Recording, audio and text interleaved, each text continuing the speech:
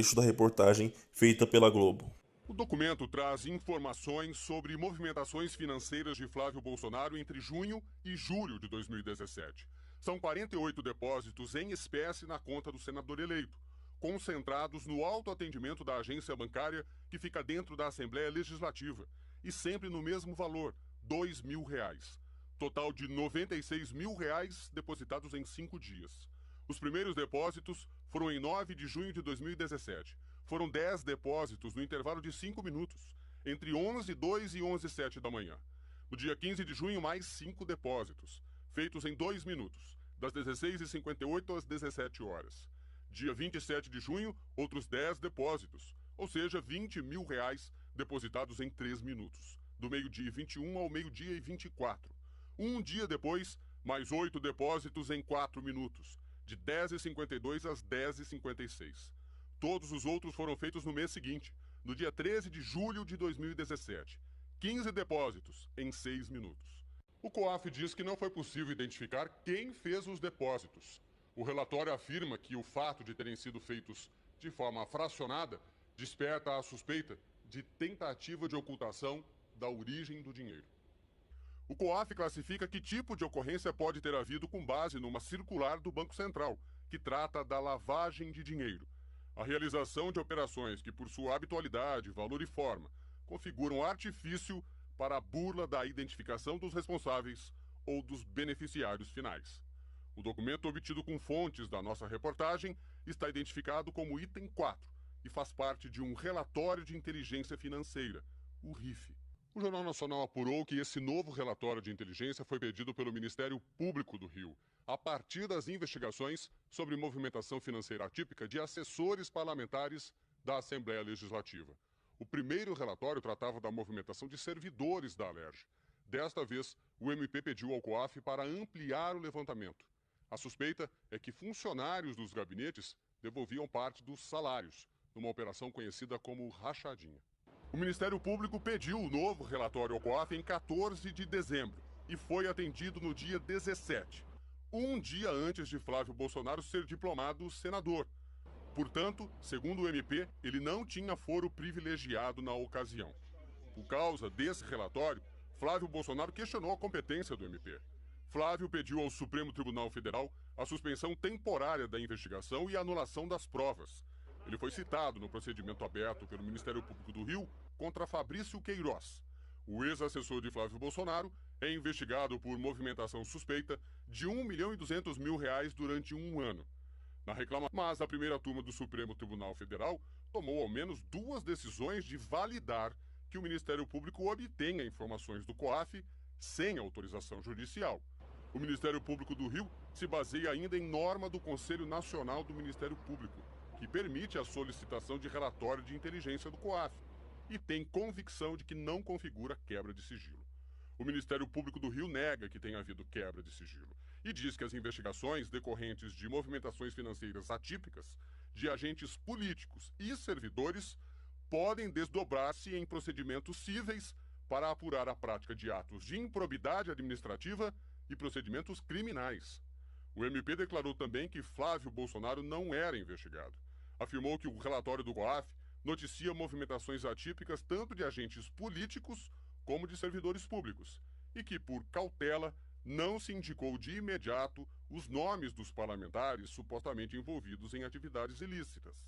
Acrescentou que a dinâmica das investigações e a análise das provas colhidas podem acrescentar a qualquer momento agentes políticos como formalmente investigados. Ainda segundo a nota, essa forma de atuar indica o cuidado que o MP tem nas investigações com o fim de evitar o indevido desgaste das autoridades envolvidas. Antes de a investigação ser suspensa, Fabrício Queiroz faltou a 2 depoimentos no Ministério Público. E Flávio Bolsonaro disse que só ia dar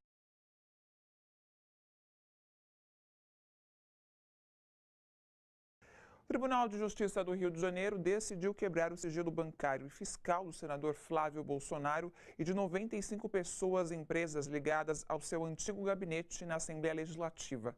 Entre as contas que serão vasculhadas estão a da esposa do parlamentar, do primo dele, Léo Índio, do ex-assessor Fabrício Queiroz e da ex-esposa do presidente Jair Bolsonaro.